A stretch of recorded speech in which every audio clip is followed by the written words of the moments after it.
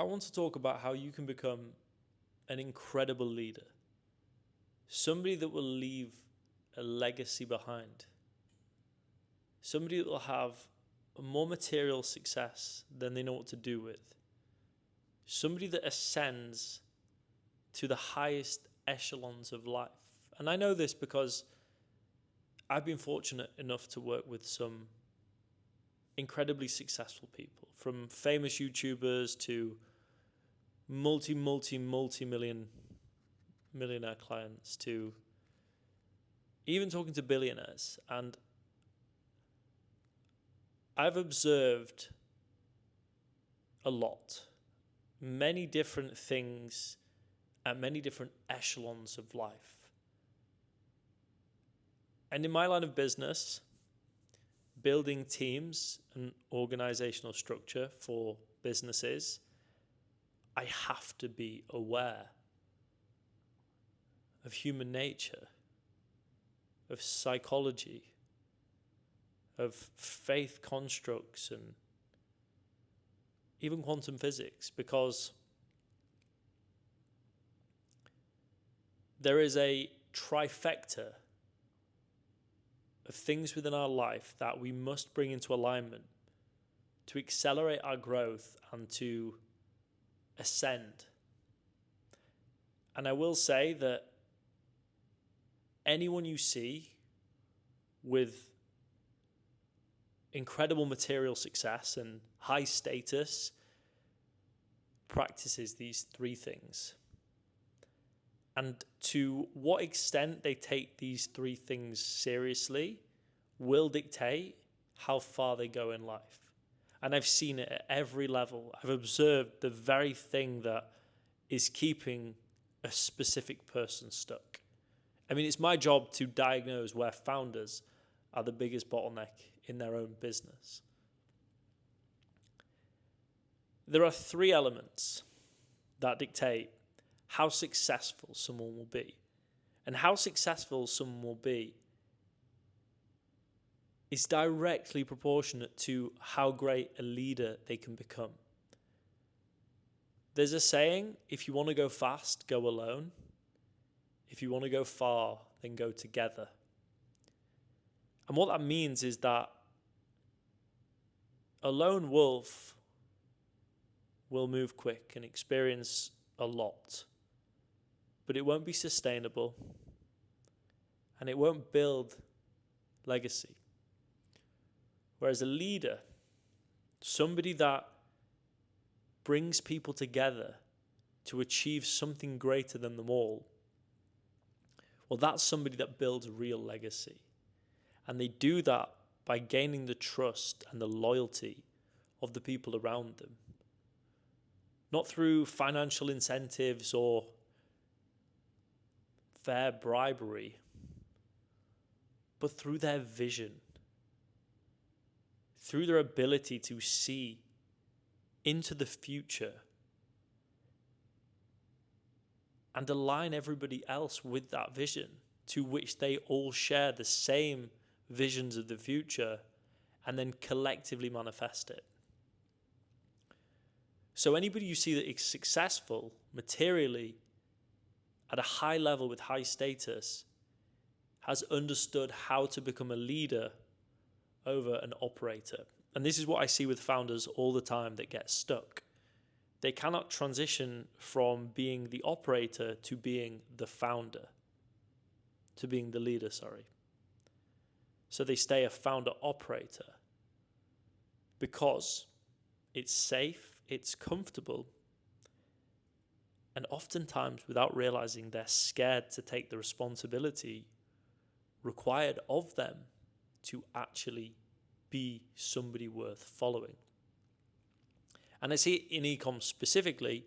As a founder operator, you can scale to $1 million a month and make 100, 200K a month in profit, and you can buy your first Rolex and buy your first supercar and penthouse in Miami.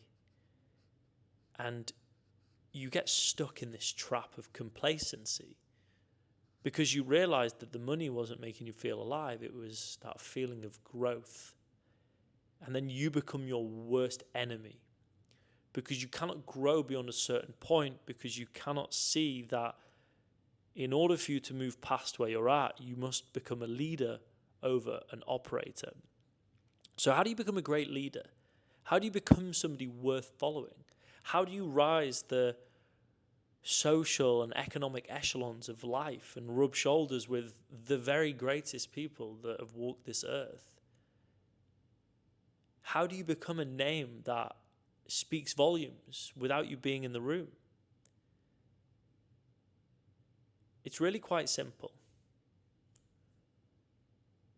One word, and that is authenticity. To be your true self in pursuit of what is in alignment with you and what you desire, what your heart desires. Somebody that can achieve that level of clarity and alignment will ooze aura. The auric field will literally precede them. People will become infatuated. People will become intoxicated by this person without even realizing why. Simply because that person hasn't figured it out, but they've stopped asking questions. They have aligned with what they need to do and have a deep understanding of why they need to do it. And as a result of that, people follow. And this is why we have religious figures and celebrities and modern day influencers. You know, there's a huge difference between an influencer that is just pushing specific messages, usually material messages, about what they've bought and where they're going, and an influencer that genuinely has influence. Because you see these influencers, and I'll just give you an example, trading course sellers, usually the biggest scam artists out there. The only thing they get from people isn't loyalty, it's compensation. They prey on people's idiocracy. Whereas a real leader doesn't just take from people, but they equally give, and they give with way more value than what they take. And that breeds loyalty, that breeds true following, that breeds devotion from people that hardly even know them on a personal level, but would do anything for them. Because they see in that person what that person sees in themselves. So how do we get to this point of being that person that has loyal followers and has people that would literally do anything for them? How do we achieve a level of authenticity that speaks volumes on our behalf? You see, what I've observed is that those that truly step into alignment with their authentic self have mastered three things. They've mastered their mind, their body, and their spirit. Because only when you strip back the very distractions that face us all can you see, think, and feel with clarity. For example, and it's listed in the Bible in the 7 deadly sins, but lust and gluttony and greed, these will keep a man chasing women and eating fast food and buying more material things in order to feel. So a man like that can be easily distracted by the world around him, unable to maintain and hold a vision greater than every new shiny object that walks in front of him. So when he cannot control his physical urges, when he cannot build physical discipline, he cannot understand what it truly means to be present in his body. Then you have the mind, the psychological element. So people that become authentically themselves realize that their thoughts are not their own. They don't belong to them. They don't identify with their thoughts. We all have crazy thoughts that come into our minds. Those that achieve greatness understand that the thought is merely just passing by, like a car on a highway with millions of others heading in a different direction. It's only when they choose to engage in internal dialogue with that thought or speak that thought that it then becomes part of their reality and thus their identity. We all have negative thoughts. We all have positive thoughts. But our brain is trained to recognize patterns. So if we're always recognizing a specific thought pattern, then we're more likely to identify with that thought pattern. And an example is negative thoughts. Feeling like you're not good enough or you can't do certain things. Then your brain will look to recognize the pattern. And your identity will become what you think all the time. So what successful people do is recognize that their thoughts are not their own. And they never identify with the thoughts passing through their mind. They use them as a tool to articulate, to coordinate, to achieve things.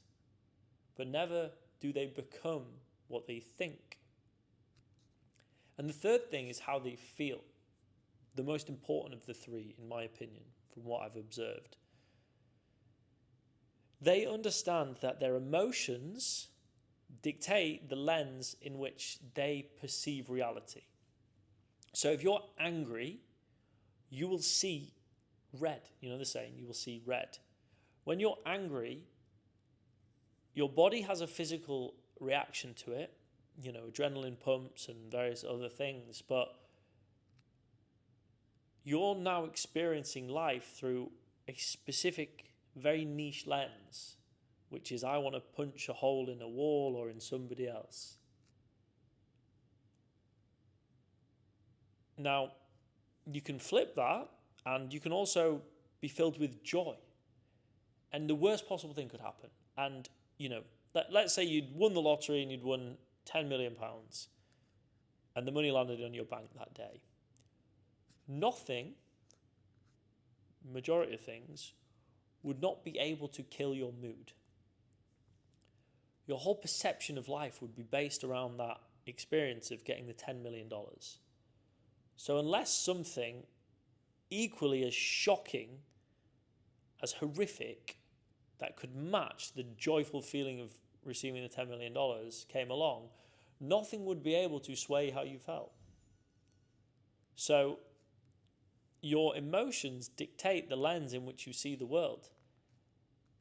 What successful people do is learn to recognize that if they can control their emotional state, they can manufacture an external world which serves their evolution, their ascension. People that get trapped react to what happens outside of them and allow that to become their internal state. So I have a friend that gets into fights a lot, and he carries that identity with him in his mind, in his thoughts, and in his feelings. So he'll go out into town thinking, I'm going to get in a fight. And then he's quick to react the second somebody brushes past him. And then he gets angry because he lets something external dictate how he feels. And now he's angry and he sees red, his body follows, his fists start flying. And then he blames the very act of somebody brushing past him as the trigger as to why he got angry. He deflects the responsibility to somebody else, and he never recognizes that he created that entire situation because he lost control of how he felt, where his thoughts led him, and thus his actions. Now, this is on one end of the spectrum. Incredibly successful people don't react. They first observe, and then they proactively take steps to navigate whatever's just happened. Because they understand that when they let their emotions rule their actions, they make mistakes. So that's why you see these people. They come in the room, they're calm, collected, in the way they speak, the way they carry themselves, the way other people speak about them. They're the kind of people that are predictable. They're the kind of people that you can rely on. Not because they're any better or because they're special, but because they understand what it means to show up for themselves. Which means that you feel the same way about their ability to show up for you. And that makes an incredible leader, because somebody that can show up for themselves, that can look after themselves physically and mentally and emotionally, that can build great relationships, that doesn't get distracted by earthly temptation and desire, that is somebody worth following. That is somebody that breeds loyalty in the people around them. And because that is what they present, that is what they get back. You could have a loyal follower of a great leader that would never do that person wrong, but yet would go and do another person wrong. Same person, different scenario. So that leader has been able to alchemize the energy around them to create reality in the way that they want. By actually focusing on themselves, they've inspired others around them to act, think, and feel in a certain way, which breeds a level of success that anybody that cannot become their authentic self, cannot speak their truth in a manner which is aligned with their highest self, and I'm using a lot of spiritual woo-woo words here, but they have real meaning when you understand these concepts. The people that achieve that level of alignment with their authentic self naturally become leaders worth following. Now, my message to you is, if you are a founder, your number one priority shouldn't be rushing to revenue targets, because you're giving into greed and earthly temptation. It should be to protect your time, energy, and focus and build from a place of alignment. Removing time and money out of the equation and really understanding the reasons in which you're doing what you're doing, because we all set out in entrepreneurship to become the best version of ourselves, and then we get distracted with the financial reward as a gauge of how well we're doing. The real indicator of success is when you look around and see how many people you have loyal to you and your cause. And me personally, I know that I could take my whole team with me and set up a new business, and they would come blindly and they would give their all. I could tell them they weren't getting paid for the next 2 months, and they would keep working for me.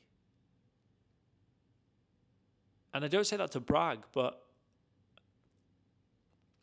I've learned from so many great leaders and successful people to understand that being authentically myself and becoming somebody worth following is the way to succeed in life. And I have put that into practice myself, besides just the monetary gain and things I've achieved in my life. And I've held that as the most important thing. And as a result, I've been able to accomplish the very thing that I'm now speaking about and I've seen represented through other people.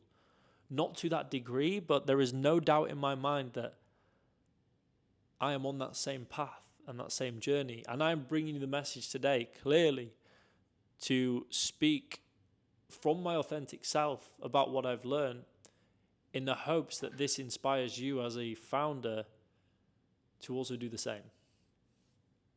So, with that, because somebody's tired here and there was a lot to digest, I'm going to let you guys just absorb, let it marinate, and then come back in the comments with either some questions or some insights that you have, understanding similar to this. And make sure you give it a like and a subscribe and share with anybody else you feel relevant, because, yeah, this is a message I believe is going to be very powerful and very important to the right people. So, I've been Jack. I thank you for listening along, and I'll see you in the next one.